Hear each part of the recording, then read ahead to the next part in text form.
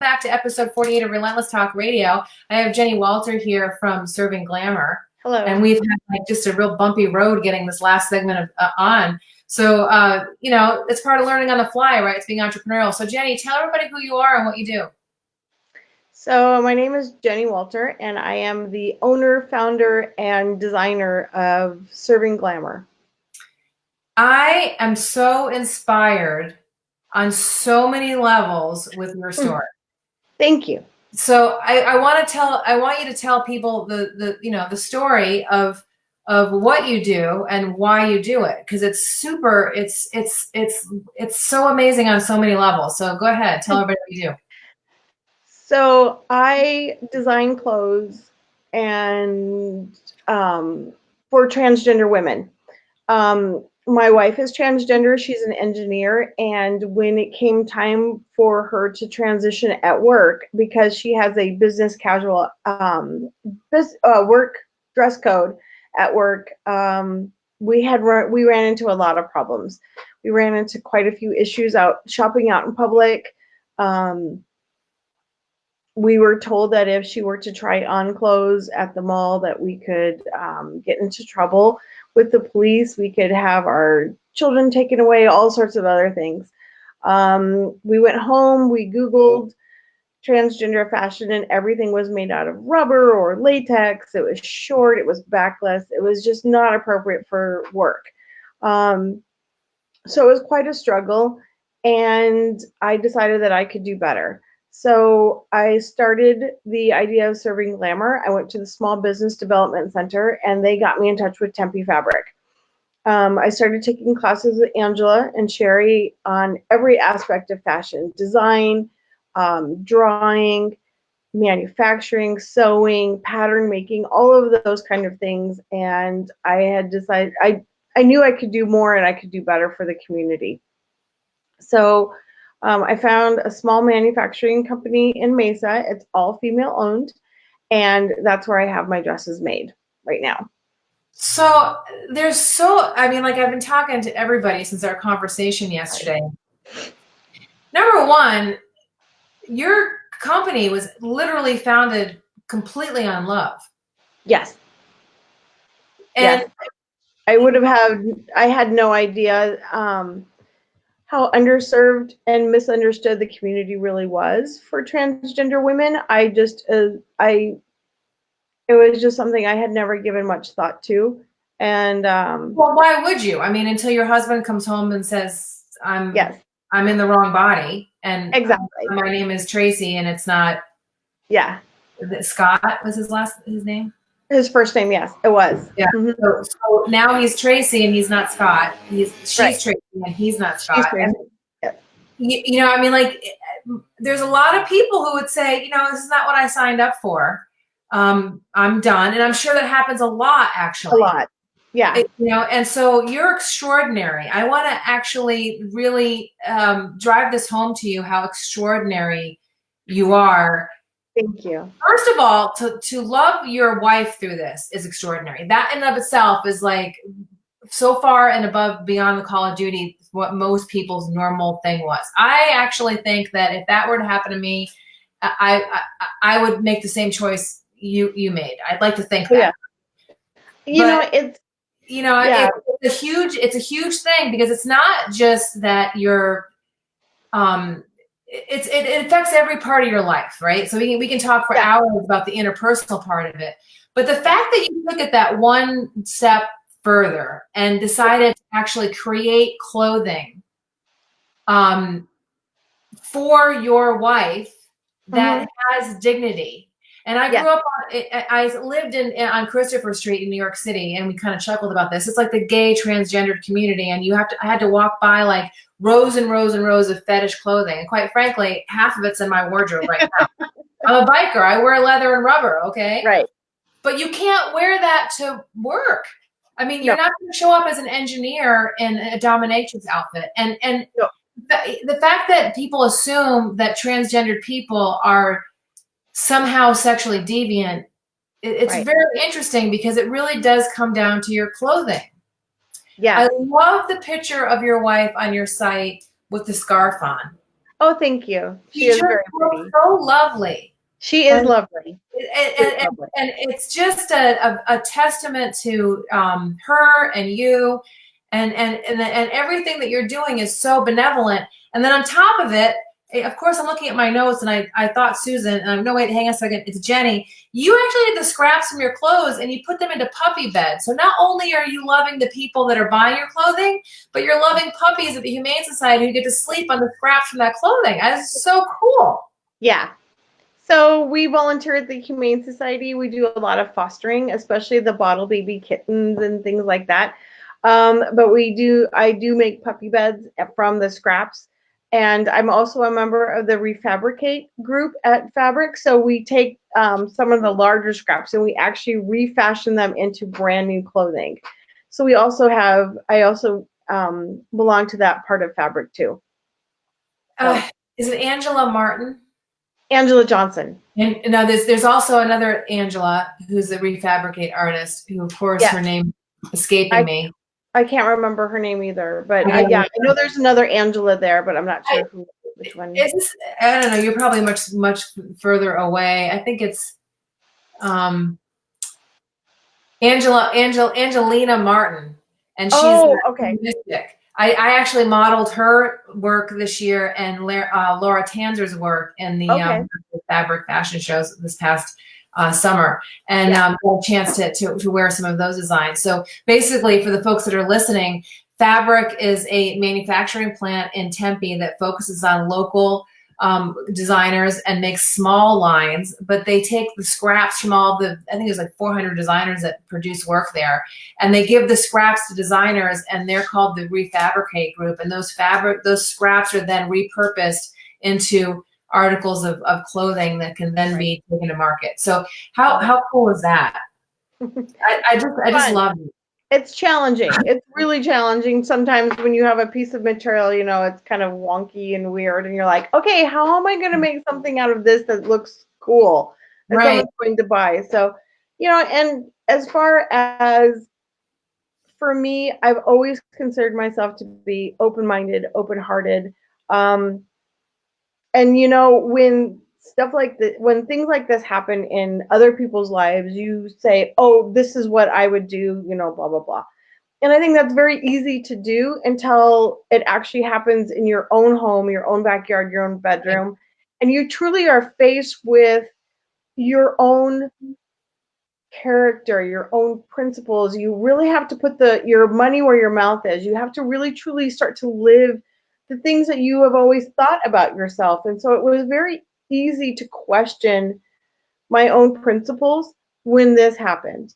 And for me, this is where the rubber meets the road. And I had always considered myself to be this open, liberal, kind individual, and the person I loved the most was coming to me in pain saying, I need help. And I had two choices. And so I decided at that moment in time that I was going to learn to redefine happiness and normality and readjust my own thinking and my own picture of the dream future with the two kids and the golden retriever and the cats in the house and everything. And I was going to learn to redefine that for myself and for my family and for my village. And I have had to recreate some of those connections with new people because they don't understand why we're doing what we're doing or why I'm doing what I'm doing. But I have decided that I am not giving up. I am not going to quit what I'm going to do. I'm not going to stop serving this community. I am going to stick with it and I'm going to see it to the end. Either A, I'm going to end up living under a box under a bridge because I have no more money because I've sunk it all into this business, or this is going to be very successful and people are going to start to rethink how they see women. And that's really what I want to do. I want to give these women clothing so when that first impression comes, they feel strong, they feel bold, they feel brave, so they can take more opportunity that's presented to them. They can seize the day. They can truly continue on this path of happiness that has cost so many of them just about absolutely everything, their jobs, their families, their marriages, their children, everything. And I want to give them that armor that will help continue to help them move forward into better things. We talked about that, the whole armor thing. Mm-hmm. And, so I've struggled with my weight my whole life. My weight does this, right? If I get injured and I go through change and I have some kind of emotional upset, I can literally look at a piece of bread and gain 10 pounds. So I'm not naturally thin. Not either. I have to really work at it. I have a food partner that nutrition partner that helps me to do that pretty successfully. Yeah. But this idea of like when I've gone shopping when I've been heavier and when I've gone shopping when I've been not heavy. Yes. And I realized that when you're shopping when you're heavier, you're hiding. Yes. But when you feel good about your body, you're celebrating it. Right. And you're accessorizing and you're doing great things with your hair and your makeup and you're putting yourself out there. And I was thinking about that last night from the perspective of a transgendered woman. Right. And how I know several. One of my friends here in Phoenix actually, we had a conversation about underwear shopping. Oh, that's the okay. So come on, all right. You know what I mean? Whether you've gone through the surgery or not, women's underwear and men's underwear are totally different thing, right? Exactly. Putting on eyelashes, putting on lipstick. I mean, it's if you so there's like cross dressers that are like flamboyant and you're doing the big crazy, I love those people. Oh yeah. Female, right? Totally cool. I love it when I get to do it, quite frankly. Yeah. I wore rabbit ears last week and I admit it. And, I mean, like I love the being flamboyant. But like on a regular basis to go out for a job interview or to go into work. Right. You are putting armor on. When I get dressed up to go to a networking event and I've got my pencil skirt on and my turtleneck and my sensible, kind of big clunky jewelry or whatever it is that I'm wearing, it's something that women are used to doing, but men, unless you're my boyfriend, of course, because we were getting ready to go out last night and I'm like, dude, we have got to go. I'm just so grateful he doesn't have hair and makeup. We're constantly joking about it. It's a full-time gig looking that good. Okay. Of course. But if you had hair and makeup, I mean, like just one day last week, I was putting fake eyelashes on and I said, Doc, can you put this eyelash on? My hand's shaking. And he's like, he looked at it on the tweezer and he was like, no, I can't. So, I mean, that's like the glam part of things, but just getting up and going to your work in a cubicle every day, you're also putting on a costume. Yeah. Your uniform. For success. And, it's hard to describe. And I always encourage people to take their male partner, husbands, and take them into the ladies department and have him shop. And watch the people around you, watch their reactions, watch to see how people are like, they just are so puzzled and they're so judgmental and it's so not right. And it's just so much harder than you would think. Well, I mean, it's funny because like Doc will come shopping with me for like the last time we went, I had for me. And even that was weird. So I would imagine how weird it must be if I love the kitty. That's okay. Let the kitty walk. You can look back on my painting videos when I had my Cornish Rex. They were constantly jumping on me. Yeah, it's a thing. So your clothes are purchased online, right? Yes. Yes. You got little people everywhere coming. I have little people everywhere. Yes, I am direct to consumer. Right now, there are no brick and mortars who want to serve this community. Can you say hi, Everett? Say hi. Hi. Hi, buddy. You're being so patient. Thank you. We're so way behind today. Yes, no worries whatsoever. But brick and mortar. I talked to someone from a fairly large corporation, and they said maybe in 10 or 15 years, the public at large would be ready for a corner of the department store to be, for my customers. But at this time, it's direct to consumer over a website. Well, Doc and I were talking about that from the health and fitness perspective. I mean, like it's a population that I hadn't considered for my health and fitness part of what I do, but I am definitely going to pay more attention to it because Blah, blah, if blah. you're a transgendered person to go to the gym Oh yeah. and to go to the gym and then of course like I remember when there was no women's bathrooms and I had to have a guy watch the door because there was no women's bathroom. So it's opened up a whole piece of thinking for me around nutrition, around fitness, around fashion, around being a parent and it's a huge thing that you've made a decision to do. And I just love how you and your children are embracing Yeah, blah, blah, blah. blah blah blah, right? There's people talking all the time. Mm-hmm. So how do people get a hold of you? They find you on, and by the way, Susan Rice came on and she said, what a wonderful business and so needed. And then he said again, oops, let me see. Maybe you'll have the first brick and mortar shop here in Arizona. I would love that. I think that would be really amazing. That would be amazing. I would really like that, but the financial risk of that is having a brick and mortar anywhere and doing anything is really hard. So I'm not quite there yet. I was thinking about it yesterday as I shop for my Christmas dress, right? Mm-hmm. As the first Christmas that I'm looking online for my party dresses. And wow. I feel kind of uncomfortable not being able to feel the fabric and touch it, but I think I'm gonna shop online. The other thing that Susan Rice is saying is we need more kind and loving people like you, Jennie. Oh, thank you. I appreciate that. And that is absolutely true. Yeah. I think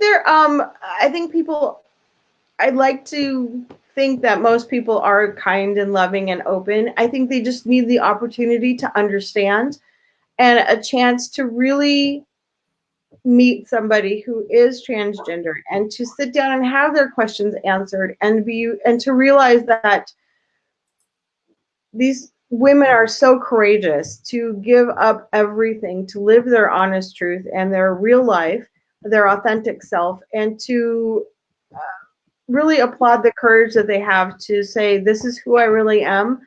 I want to be real. I want, just like all women want to. Right. And they are for me, they're a very special segment of the female population. They have such amazing insight, and they have such an appreciation for women. They have such a strong feeling of wanting to be part of the sisterhood and the bonding and all of those things that are inherently female. They want to be a part of so much, and anybody who wants to be let in the group that much should definitely be considered a part of the tribe. Yeah. Well, it's funny. I'm sober, and 10 years ago or so, it's funny. I just thought about this. I started a women's group for sober women, and Paul, who is actually probably considered a cross-dresser, but was definitely gender questioning. Right. I can't remember what his female name is now, and that really bothers me. But I had to present to the women's group, like, okay, she would like to come to our meetings, and we had a group conscience about it, and we decided to allow Anna. Her name was Anna. Allow Anna to attend, and that's cool. There was two things about that were like pivotal, and for me as a servant leader, quite frankly. Is that if you give people the option to make a choice, they usually choose the kind and loving thing. Yes. If you present all of the facts and you step back as a leader and allow them to decide what's best, they will usually, and it's been my experience as a leader, choose the kind and loving thing. Yes. And so Anna came to our meetings for years, and I haven't seen her in a long time, but she really taught me something very special. And so have you, Jennie. I'm going to get choked up. I really do appreciate you and your wife and your children and your contribution to fashion in Arizona and the world at large, and for just how patient this little peanut is being. Thank you so much for coming on Relentless Talk Radio and for being patient. So Live today. What? We just go with it. Yes. My Live snafu today, it just didn't work the way I wanted it to do. No worries whatsoever. Thank you so much for having me on. I really appreciate it. Anybody who's willing to talk about this issue and to just let me have a chance to talk about me and what I'm doing, it's just amazing. So thank you so much for the opportunity. I really appreciate it. Well, thank you for coming on. And Susan says the two of you should have flippin' lunch. She didn't say love lunch. I flippin'. schedule all my meetings around food, so it's perfectly okay with me. All right. Well, thanks a lot for coming on. Thanks for being patient, buddy, and have a good rest of your night. You too. Thank you, Michelle. Thank you so much, and thank you to your audience. Take care. Bye. Thanks. Say bye. Bye. Well, everybody, that is a wrap. It has been a very interesting episode for me today and a very interesting learn for me on Be Live. None of my buttons worked the way they're supposed to. Everything was behind, but you know what? I ended up having a tearful end of a conversation with just really somebody who I believe is just really, her story is, both she and her wife's story is just absolutely amazing. And I just think that we've had some very interesting entrepreneurs on Relentless Talk Radio.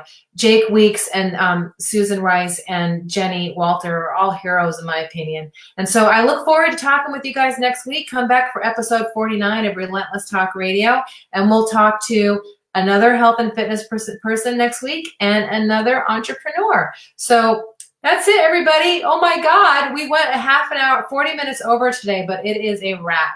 Take care.